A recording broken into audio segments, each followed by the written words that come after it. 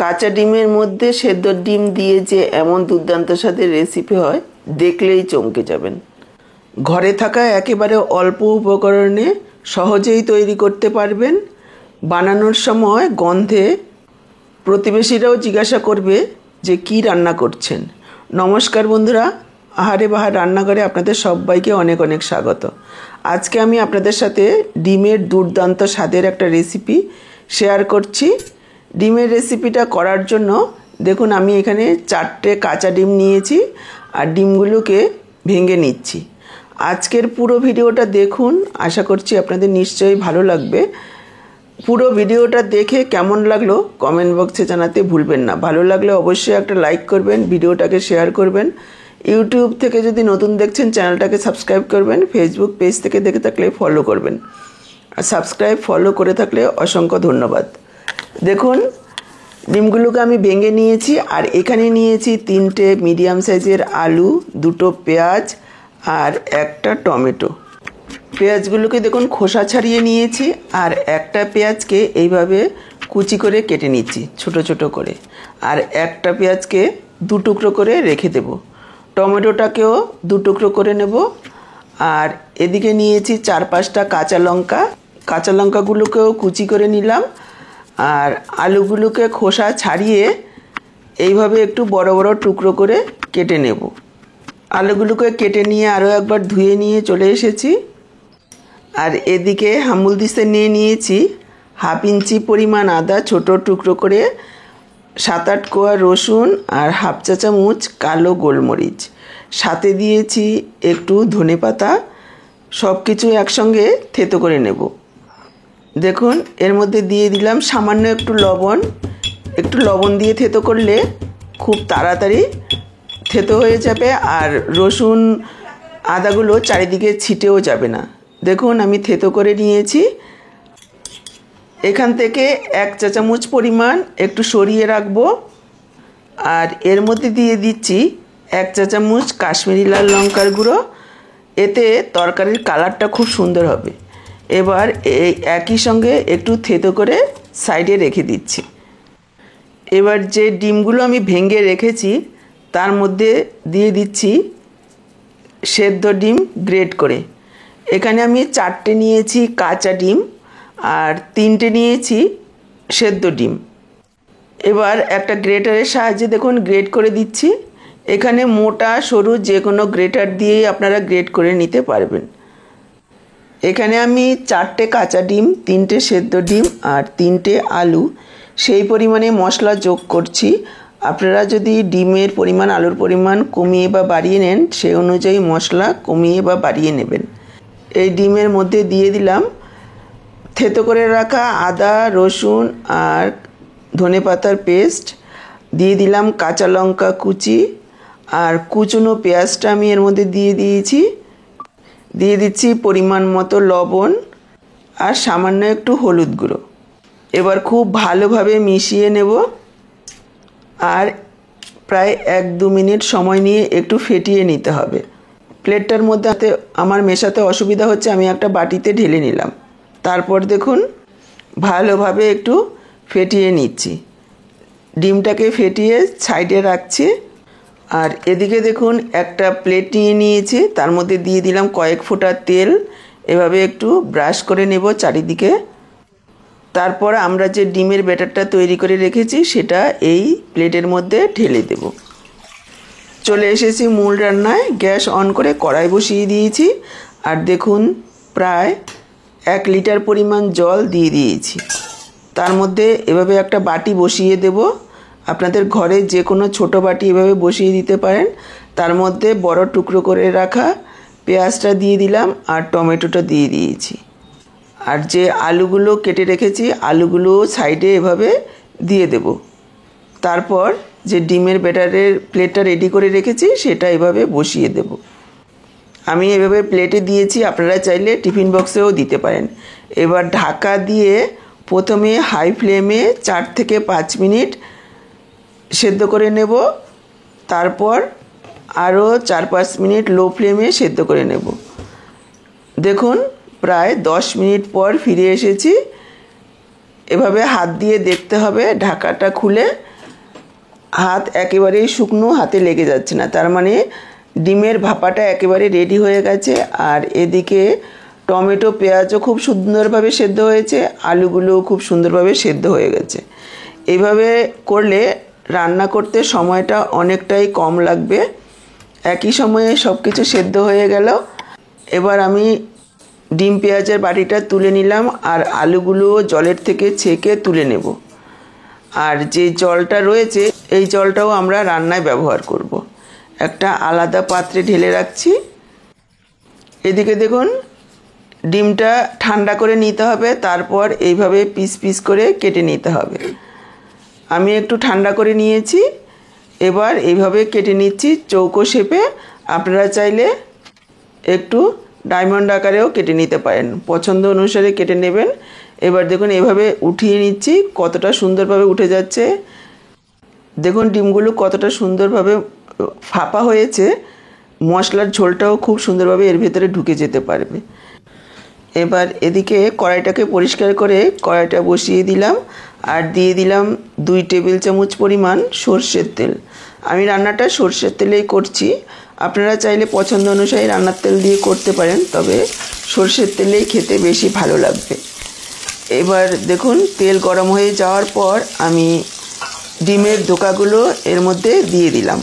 আপনারা চাইলে না ভেজেও রান্নাটা করতে পারবেন। যদি স্বাস্থ্যকরভাবে বা কম তেলে রান্না করতে চান তাহলে ওভাবেই ঝোল বানিয়ে খেতে পারবেন। আর যদি স্বাদটাকে একটু বাড়িয়ে নিতে চান তাহলে এইভাবে একটু হালকা ভেজে নেবেন, খুব বেশি কড়া করে ভাজবেন না, তাহলে শক্ত হয়ে যাবে। হালকা ভেজে নিতে হবে, প্রায় 1 মিনিট মতো মিডিয়াম ফ্লেমে। এক পিঠ ভেজে নেওয়ার পর উল্টে দিয়ে আরও এক পিঠ ভেজে নিলাম। এবার তেল ছেঁকে তুলে রাখছি। দুবারে আমি ডিমের ধোকাগুলোকে ভেজে তুলে নেব। দেখুন প্রথম ব্যাচেরগুলো তুলে নিয়ে দ্বিতীয় ব্যাচেরগুলো দিয়ে দিলাম। ঠিক একইভাবে 1 মিনিট এক পিঠ ভেজে নেব, তারপর এইভাবে উল্টে দেব। উল্টে দিয়ে আরও 1 মিনিট মতো ভেজে নেব, তবে বেশি হাই ফ্লেমে ভাজবেন না, তাহলে উপরে পুড়ে যাবে। দেখুন উল্টে পাল্টে একেবারে লালচে করে ভেজে নিয়েছি দ্বিতীয় ব্যাচেরগুলো। এবার তুলে রাখছি। ডিমগুলো তুলে নিয়ে আমি আরও একটু তেল দিয়ে দিলাম আর দিয়ে দিচ্ছি সেদ্ধ করে রাখা আলুগুলোকেও একটু লালচে করে ভেজে নেব। দিয়ে দিলাম পরিমাণ মতো লবণ আর দিয়ে দিচ্ছি সামান্য একটু হলুদ গুঁড়ো। লবণ আর হলুদ দিয়ে 2-3 মিনিট সময় নিয়ে আলুগুলোকে লালচে করে ভেজে নেব। আলুগুলো ভাজা হতে হতে আমি এদিকে একটা মশলা রেডি করে নিচ্ছি। দেখুন যে টমেটো আর পেঁয়াজ সেদ্ধ করে নিয়েছিলাম সেটা দিয়ে দিলাম মিক্সচার জারে। টমেটোর খোসাগুলোকে ফেলে সাথে দিয়ে দিচ্ছি 1 চা চামচ চারমগজ। এতে করে ঝোলের টেস্টটা অনেক গুণ বেড়ে যাবে। আপনারা চাইলে চারমগজের পরিবর্তে কাজু বাদামও দিতে পারেন, আবার চাইলে চারমগজ কাজু বাদাম ছাড়াও ঝোলটা করা যাবে ঘরোয়াভাবে করলে।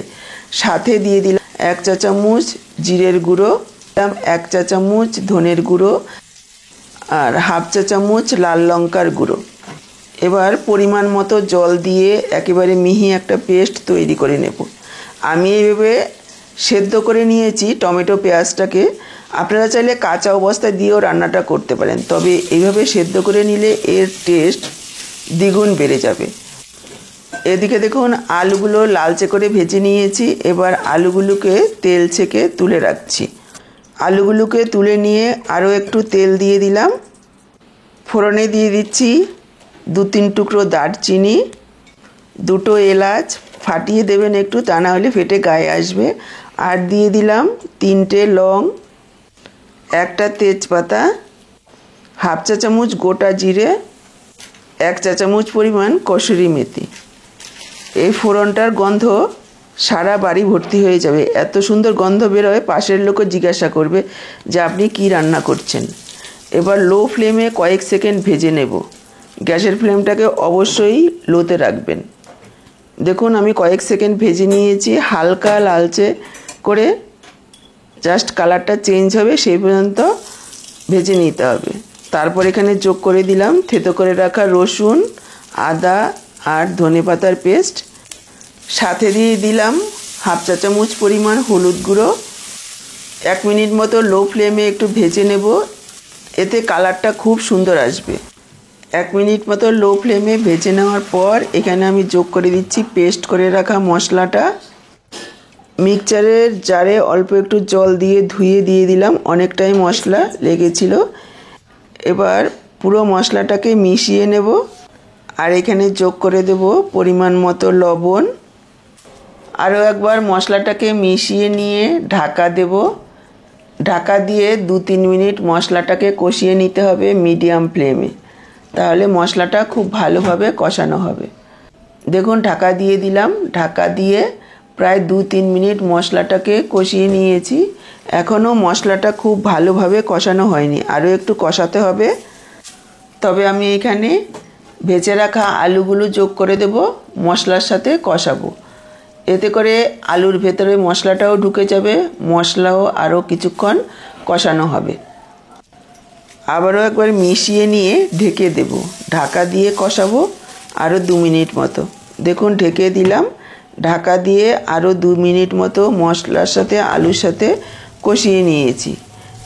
মশলা খুব ভালোভাবে কষানো হয়ে গেছে, তেল ছাড়তে শুরু করেছে। এবার আমি যোগ করে দেব পরিমাণ মতো জল। এখানে যতটা ঝোল রাখবেন সেই পরিমাণ বুঝে জলটা যোগ করবেন। আমি এখানে 2 কাপ পরিমাণ জল যোগ করে দিয়েছি। আর আলু সেদ্ধর যে জলটা ছিল আমি এখানে দিয়ে দিয়েছি। খুব ভালোভাবে মিশিয়ে নেব আর ঢাকা দিয়ে 2-3 মিনিট হাই ফ্লেমে ফুটিয়ে নেব। দেখুন ঢাকা দিয়ে 2-3 মিনিট ফুটিয়ে নিয়েছি। একবার দেখিয়ে দিচ্ছি, আলুগুলো খুব সুন্দরভাবে সেদ্ধ হয়ে গেছে, সেজন্য রান্না করতে আর খুব বেশি একটা সময় লাগবে না। এবার আমি যোগ করে দিচ্ছি ভেজে রাখা ডিমগুলো, আরও একবার মিশিয়ে নেব। তারপর এখানে দিয়ে দিচ্ছি হাফ চা চামচ গরম মশলার গুঁড়ো।